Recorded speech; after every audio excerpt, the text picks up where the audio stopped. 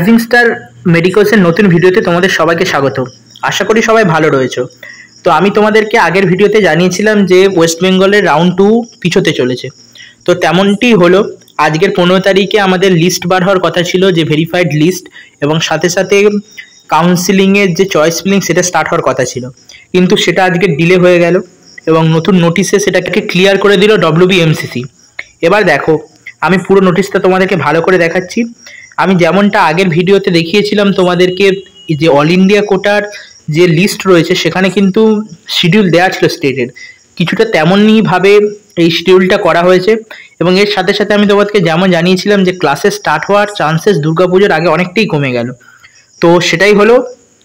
তো দেখা যাক, এবার নোটিশটা আমরা ভালোভাবে দেখবো। দেখো, 17 তারিখের 6টা পর্যন্ত অনলাইন রেজিস্ট্রেশন হবে। অনলাইন ফি পেমেন্ট রাত 12টা পর্যন্ত দিয়েছে, এবং লাস্ট যে ভেরিফিকেশনের ডেট দিয়েছে সেটা 18 তারিখে।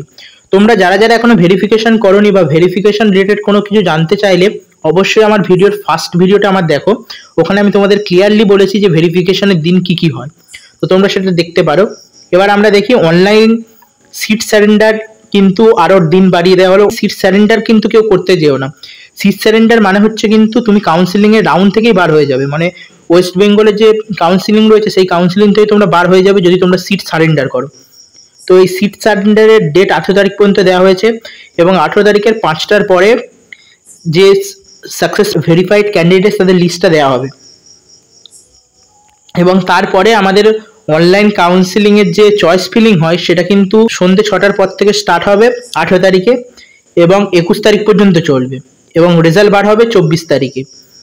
এবং রেজাল্টের পরে 24, 26 আর 27 আর 25 তারিখও রয়েছে, আমি যেটা দেখতে পাইনি। তো 24, 25, 26, 27 এই 4 দিন ডেট দেওয়া রয়েছে, 2টো থেকে 6টা পর্যন্ত। প্রথম দিনে 24 তারিখে, তারপরের দিন থেকে 11টা থেকে 4টে পর্যন্ত। আবার সেই রকম করলো যেমন রাউন্ড 1-এ করেছিল। 12টার পরে রেজাল্ট বার করার কথাটা বলেছে, কিন্তু 12টায় কোনো দিন এরা বার করে না।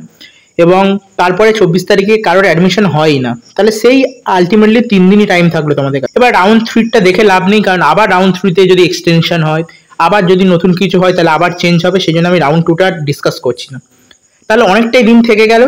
তাহলে আমি ডিসকাশন অবশ্যই করব যে কোন কোন কলেজ তোমাদেরকে নেওয়া উচিত এবং রাউন্ড 2 এর রুলস কী রয়েছে সেগুলো সম্বন্ধে আমি পরের ভিডিওতে ডিসকাশন করব। কিভাবে তোমরা চয়েস ফিলিং করতে পারো, মানে দেখো, চয়েস ফিলিং তোমরা যখন করবে রাউন্ড 2তে, কিন্তু রাউন্ড 1-এর মতো পুরোপুরি লিস্ট দিলে হবে না, এখানে একটা আলাদা রকম অ্যাপ্রোচ থাকে, সেটার সম্বন্ধে তোমাদেরকে অবশ্যই জানাবো।